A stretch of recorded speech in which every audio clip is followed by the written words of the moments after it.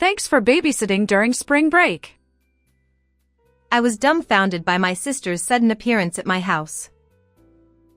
Huh? What are you talking about?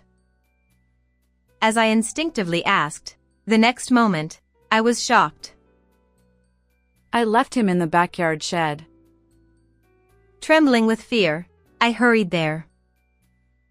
As I hastily opened the shed door, an unfamiliar stench filled the air. What is this smell? And before me lay a horrifying sight. All I could do was tremble in despair. My name is Angela. I'm a 36-year-old part-time housewife and a teacher at the local high school. My husband, Steve, is a typical, earnest office worker. He's very kind and actively helps with household chores at home. Both my parents have passed away, and we have no children, so it's just the two of us in my parents' house. When I expressed my desire to live in the house where I grew up, Steve agreed without hesitation. Surrounded by fields and very quiet, our surroundings are serene. It's an important place to me. But this peaceful life has become quite noisy recently. I have a younger sister, Emily, who is a constant source of trouble. Hey, you're here again? It's fine, isn't it? You're happy to see Mike, right? He's your cute nephew after all. My sister is a housewife, and she, along with her husband Brian and their 8-year-old son Mike, lives nearby. And ever since her husband started working away from home due to a transfer 6 months ago, she's been constantly dropping by our place. She claims she feels more at ease at our parents' house, but that's a blatant lie. She dumps the care of her son on me and quickly goes off to have fun herself. Mike takes after his father Brian, being serious and smart, far beyond his 8 years. He already has a cell phone and handles it adeptly, which is quite impressive. That's amazing. Did Mom buy that for you? Dad got it for me without telling Mom. As my nephew opened the zipper of his small bag to put away his cell phone inside, there were apples and bananas. It turns out he prepared them himself so as not to inconvenience me, not because Emily asked him to. I couldn't help but admire his intelligence, but at the same time, seeing my nephew apologize every time he's brought over by Emily fills me with indescribable emotions. Yet, when it comes to Emily, Take care of him again today. she says so without a hint of remorse, leaving Mike behind and heading somewhere. Hey! Cut it out already. Aren't you his mother? Don't you feel sorry for Mike? Because it happened so often, I scolded Emily firmly, but her attitude only escalated.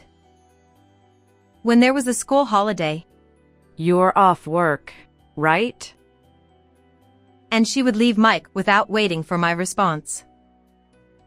Even when I said I couldn't because of my club activities at school, she wouldn't listen.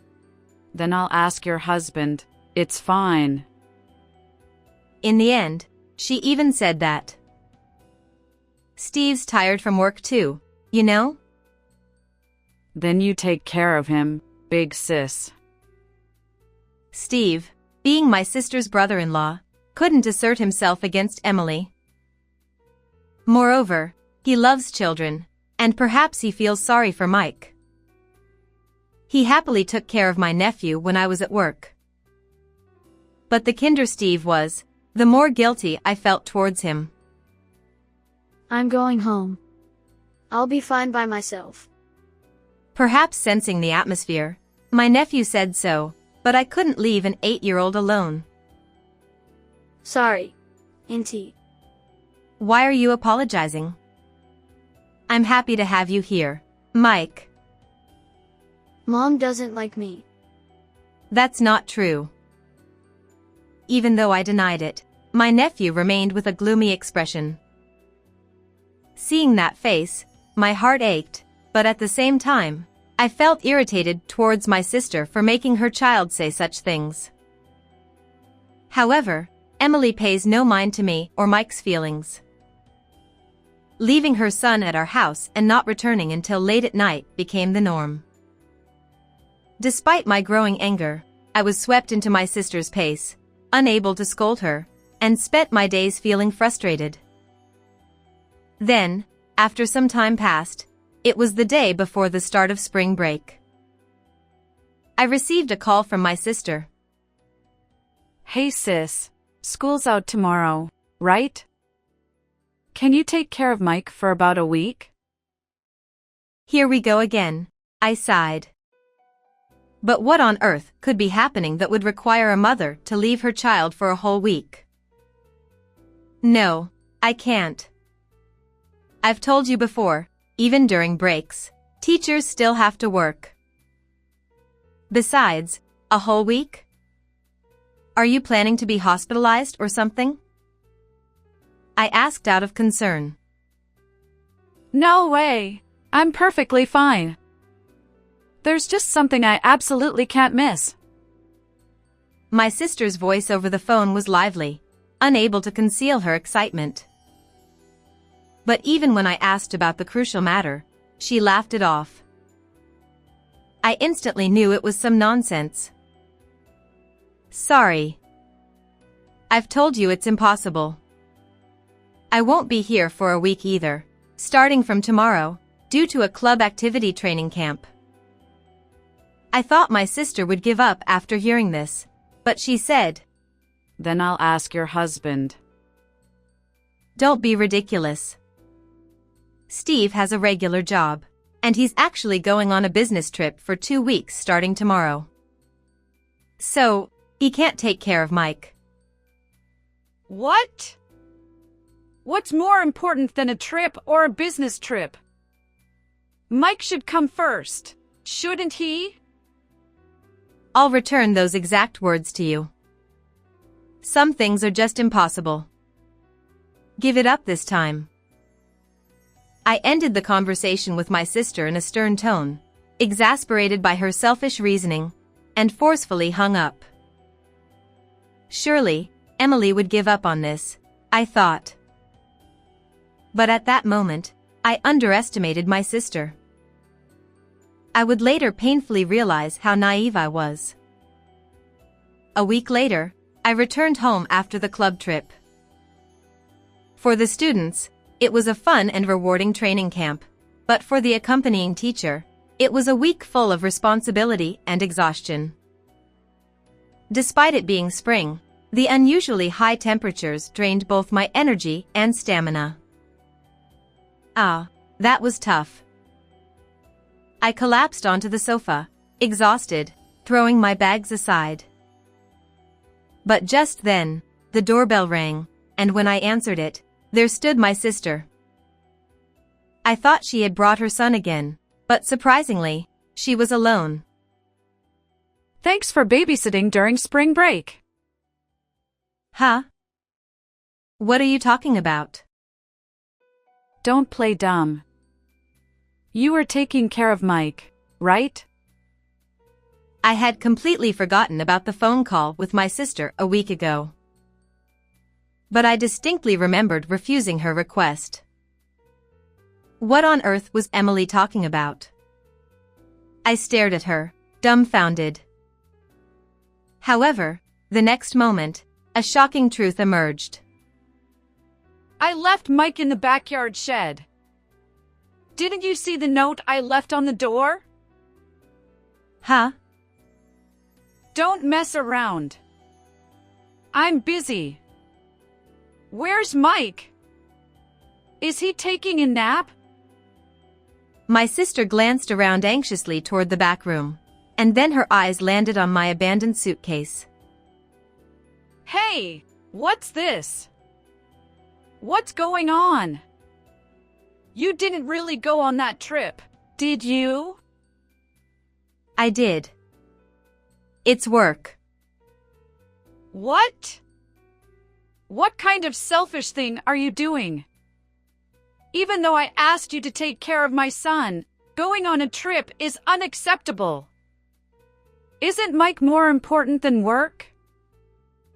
As my sister yelled angrily, I felt deeply shaken. I hurriedly left the house and headed for the backyard. There stood an old warehouse-like shed that had been there since before I was born. During elementary school, I used to play treasure hunt with my friends inside. But all that was inside now were old junk. Since my parents passed away, I rarely went inside. As my sister had said, there was indeed a note on the shed door.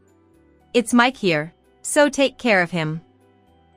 The key is back, so don't worry." What is this? Did you really lock Mike in here? I told you it's exactly as it says. Why on earth did you do something like that? I told you I'd be away for work for a week, didn't I? Trembling with anger, I glared at my sister. I had an urgent matter to attend to, so I asked for a favor. A week ago, when my sister visited our house, she thought I would return immediately after departing for the trip. Since she forgot the key to our parents' house, she locked my nephew in the shed so he couldn't get out. Since there was nothing worth stealing, the shed key had been left inside a bag hanging on the outside wall. I picked it up trembling and quickly opened the door. At that moment, a terrible stench wafted out from inside. The smell was so repulsive that it made me hesitate to enter the shed. Holding my breath, I cautiously peered inside, but there seemed to be nothing out of the ordinary at first glance. "Mike?" I called out softly, but there was no response. Suppressing the urge to retch with my sleeve over my nose, I mustered the courage to step into the shed. And there, I discovered the source of the foul odor and screamed in shock. My sister seemed to sense something was wrong with me. Hey! If something happens to Mike, it's all your responsibility. I'm not at fault at all. With that, Emily turned her back and ran off from there. Hey, wait. I panicked at the shocking scene I had just witnessed and the irresponsibility of my sister, who ran away leaving me alone. What should I do? But at that moment, my phone rang in my pants pocket, and I was informed of an unexpected truth. 2 hours later, I called my sister's cell phone. "Listen, what you did was outrageous. After causing such a mess, you had the nerve to leave me and run away." Who's the one being outrageous here? It's not my fault if you went to work and left Mike behind. Besides, she rattled off selfish excuses without a hint of remorse, like a machine gun. I've had enough. That's not the point right now. Come home immediately. We need to talk about Mike's funeral. My words seemed to startle my sister, as she audibly gasped on the phone. But it was only for a brief moment. Fine. But I'll never forgive you, sister. You'll have to pay for this. Get ready. With that, my sister hung up.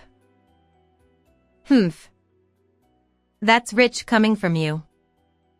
I've put up with it for so long, but I won't forgive her anymore. Trembling with intense anger, I ignited my fighting spirit for the decisive battle against my nephew's enemy.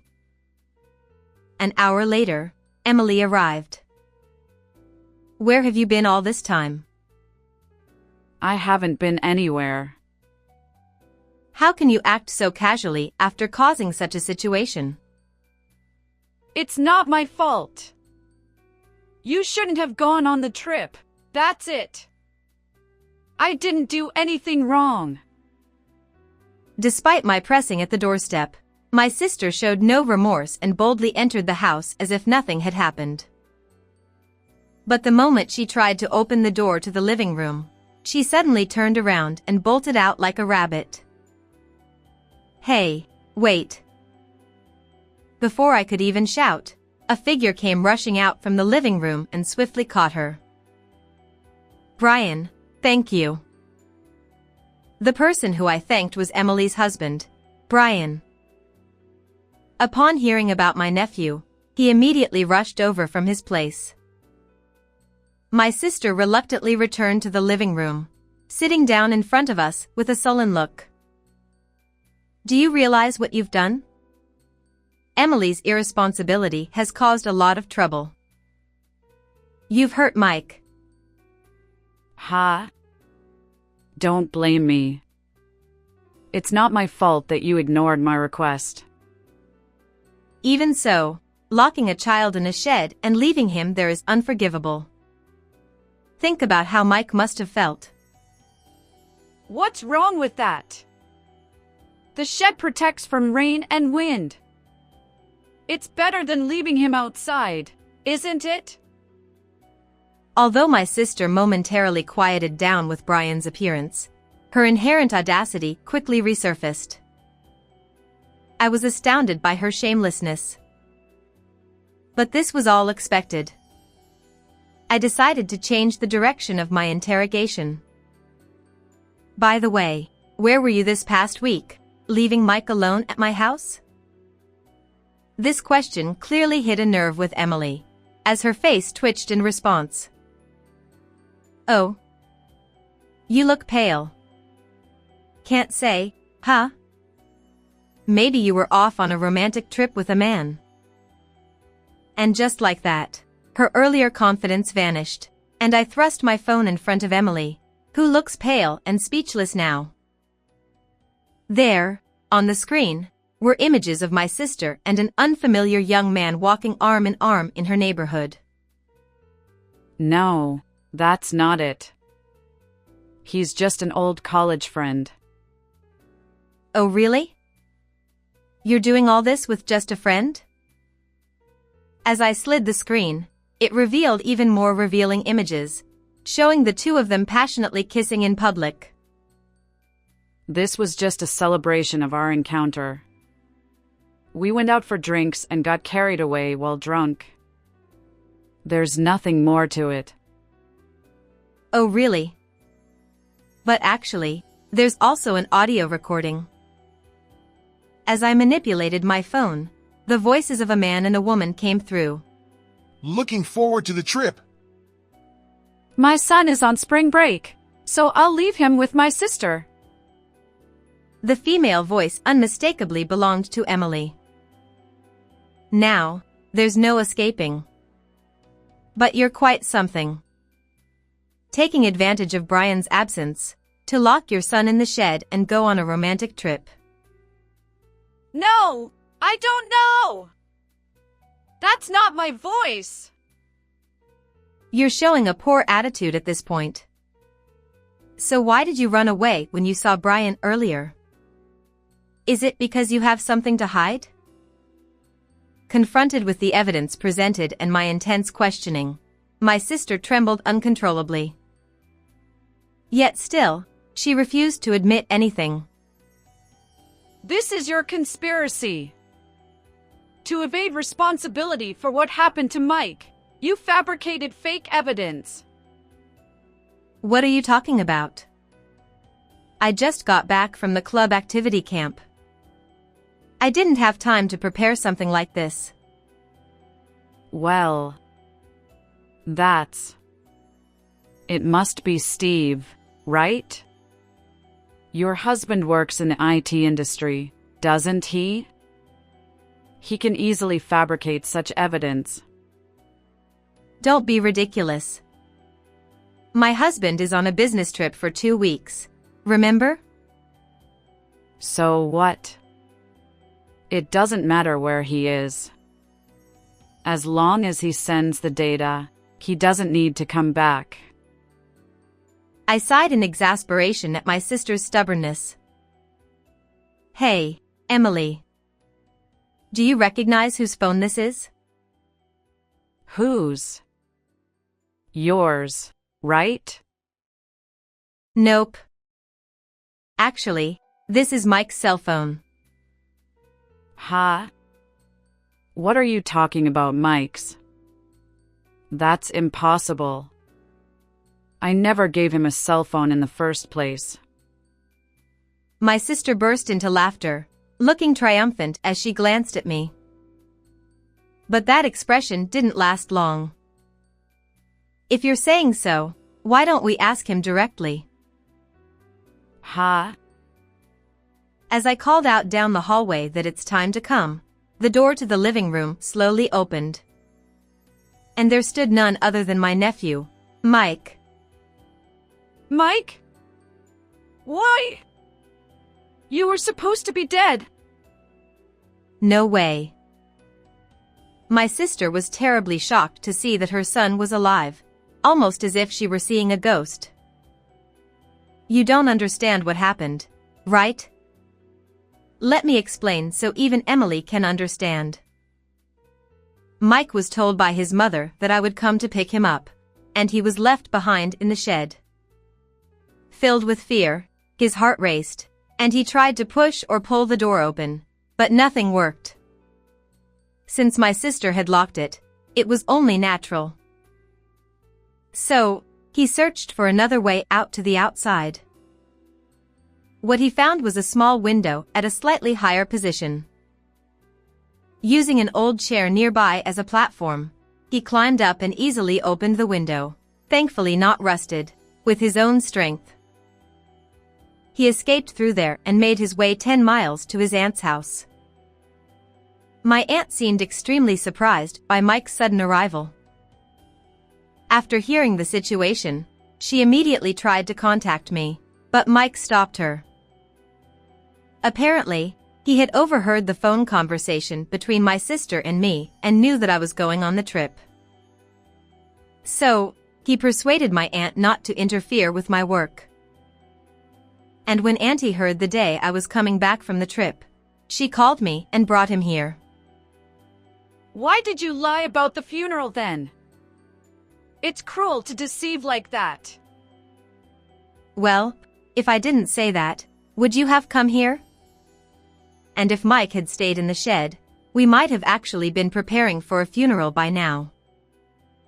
Wait a minute. Then what was that smell about? You screamed so loudly at that time, didn't you? That was just me being surprised by finding a dead bird. The source of the foul smell that drifted out when the shed door opened turned out to be the decaying corpse of a bird. According to Brian, a bird had accidentally stumbled into the shed through the escape window, got injured somehow, and perhaps died from the impact. And due to the unseasonable rise in temperature, it had decomposed. Then, does that mean Mike took those photos and recorded the audio? My sister's face, upon learning that her son had been given a cell phone by his father, lost all color in shock. Mike, why would you do such a thing? What do you want to do to Mom? Perhaps feeling frightened by his mother's words, Mike quickly hid behind me. Seeing that, my sister became angry and threw the TV remote at him. What are you doing? Shut up! It's because of him betraying me! Next, she tried to throw the teacup on the table at Mike. Stop it. I grabbed my sister's arm and took it away. What are you doing? Let me go! Emily, do you know how Mike felt? Locked in a shed, neglected by his own mother. You only care about yourself even now. Shut up! You, who've never given birth to a child, don't understand anything. I don't want to hear that from someone like you, Emily. You're unfit to be a mother. As I scolded my sister fiercely, She resisted. It was Brian who stopped the escalating sisterly fight. He took out a divorce paper from the bag nearby and handed it to my sister. Huh? I don't understand what this divorce paper means. But Brian's face was deadly serious. It's no wonder. Neglecting your child and being lost in another man. Brian never dreamed his wife would cheat on him while living apart. To neglect her own child for the sake of being with her affair partner is unacceptable as a human being. How dare you live such a despicable life to this point? Now, reflect on it properly at the police station. Right after that, we heard sirens from afar. I reported to the police just before Emily arrived here. I told them everything about what you did to Mike.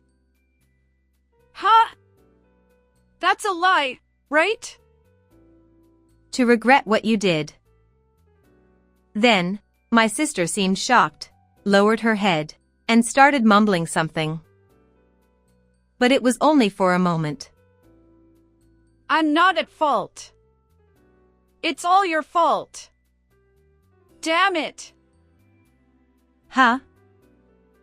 The next moment, she flew into a rage, lifted a nearby armchair high, and tried to throw it at me. Whoa.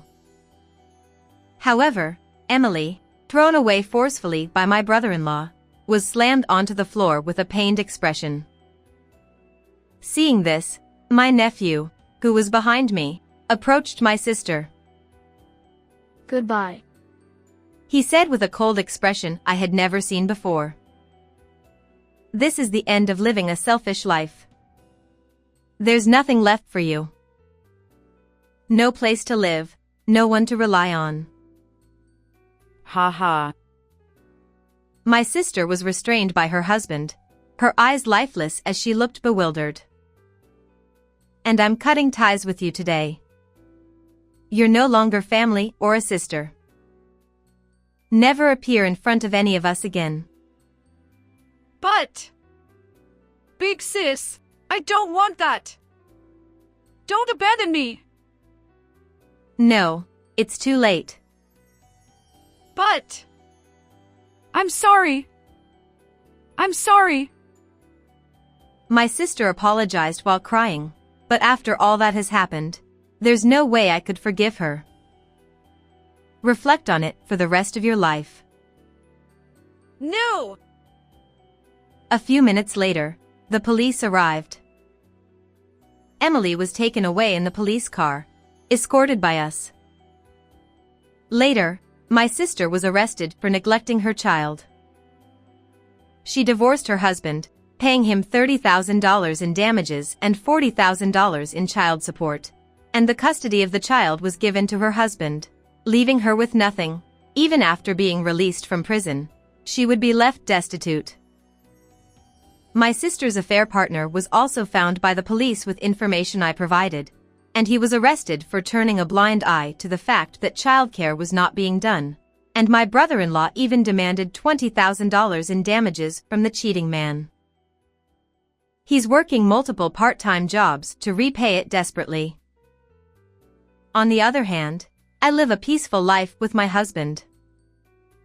We demolished the old shed and started a home garden together. Then, my nephew started living with his dad, who had returned from his business trip, and his grandparents, and he often comes over to our house happily helping out. I strongly feel that I will continue to watch over him closely from now on. How was today's story? Please subscribe to the channel as well. Well then, let's meet in the next video.